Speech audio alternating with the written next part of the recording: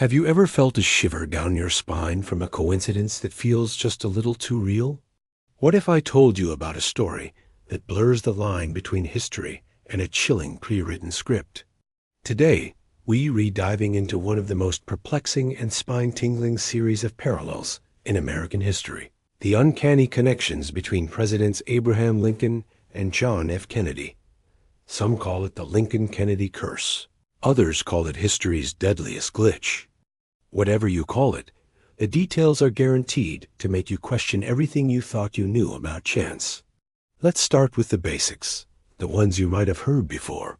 But stick with me, because the rabbit hole goes much, much deeper. Abraham Lincoln was elected to Congress in 1846. John F. Kennedy, elected to Congress exactly 100 years later, in 1946. Lincoln was then elected president in 1860. And Kennedy? You guessed it, elected president 100 years later, in 1960. Both men were deeply committed to civil rights, pushing for legislation that would change the fabric of the nation. It's a nice, neat parallel, right? But this is where the story starts to get strange. Both presidents were assassinated. Both were shot on a Friday. Both were sitting right next to their wives when it happened. Lincoln was shot at Ford's Theater. Kennedy was shot while riding in a Lincoln convertible made by the Ford Motor Company. The symmetry is almost poetic in a deeply tragic way. And it gets even more specific. Both men were shot in the back of the head. After their deaths, both were succeeded by a vice president named Johnson. Andrew Johnson, who succeeded Lincoln, was born in 1808. Lyndon B. Johnson, who succeeded Kennedy, was born exactly 100 years later, in 1908. Are you feeling that chill yet? Because we are just getting started. Let's talk about the assassins. John Wilkes Booth, who assassinated Lincoln, was born in 1838. Lee Harvey Oswald, who assassinated Kennedy, was born 100 years later, in 1939. Both assassins were Southerners with extremist views, and both were known by their three names. Now, count the letters in their full names. John Wilkes Booth and Lee Harvey Oswald. Both names contain 15 letters. A coincidence? Maybe. But then consider this. Booth ran from a theater and was caught in a warehouse. Oswald ran from a warehouse and was caught in a theater. The inversion is almost too perfect, like a line of code that's been mirrored.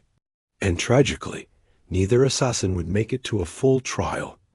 Both Booth and Oswald were themselves assassinated before they could face justice, cutting off any chance for the public to get the full story from the men who pulled the triggers. The connections don't stop with the presidents and their assassins. They weave a web that entangles their entire lives. Let's look at their families. Both Lincoln and Kennedy had 4 children. Both men lost a child while living in the White House. The Lincolns lost their son Willie, and the Kennedys tragically lost their infant son, Patrick. This shared personal grief, experienced under the immense pressure of the presidency, adds another layer of human connection to this historical puzzle. Even the people around them seem to fall into this bizarre pattern. Lincoln's personal secretary was a man named John. What was Kennedy's personal secretary's name? Evelyn Lincoln. And here's where it gets truly eerie. Lincoln's secretary John reportedly warned him not to go to Ford's Theater that fateful night. And Kennedy's secretary, Evelyn Lincoln, also advised him against his trip to Dallas, feeling a sense of foreboding about the visit. 2 secretaries, with swapped last names, giving the same unheeded warning. It feels like a whisper from history, a desperate attempt to break the cycle that was tragically ignored. The details become more and more granular the closer you look. The week before Lincoln was assassinated, he was visiting Monroe, Maryland. And where was Kennedy the week before his assassination? He was reportedly with Marilyn Monroe. Now, some of these connections are debated by historians, and we should always approach them with a healthy dose of skepticism. The Marilyn Monroe link, for example, is more legend than fact. But the sheer volume of these parallels, the ones that are historically verifiable, is what makes this case so compelling. It's not just one or two coincidences. It's a cascade of them, tumbling through a century of time. Let's take a step back and think about what this could mean. Is it proof of a time loop? A glitch in the matrix? Are we living in a simulation where programmers got lazy and just copied and pasted a storyline? Or is it something more spiritual? A sign of reincarnation or a fated destiny for two of America's most transformative leaders? Believers in the paranormal point to this as evidence that some lives are intertwined, their paths echoing each other across the decades. On the other hand, skeptics and statisticians offer a more grounded explanation. They argue that with billions of data points in history, you're bound to find patterns if you look hard enough. The law of large numbers suggests that even highly improbable events can occur given enough opportunities. They point out that we cherry-picking the similarities and ignoring the vast number of differences between the two men and their lives. For instance, Lincoln was born in a log cabin, Kennedy in a wealthy family. Lincoln was a Republican, Kennedy a Democrat. Lincoln was tall and lanky. Kennedy was youthful and charismatic in a very different way. The list of differences is, of course, much longer than the list of similarities.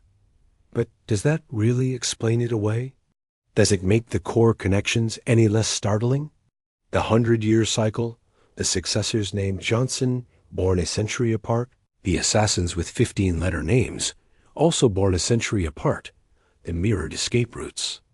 Even if you account for confirmation bias, where we tend to focus on information that confirms our beliefs, the precision of these parallels is what makes them so enduringly fascinating.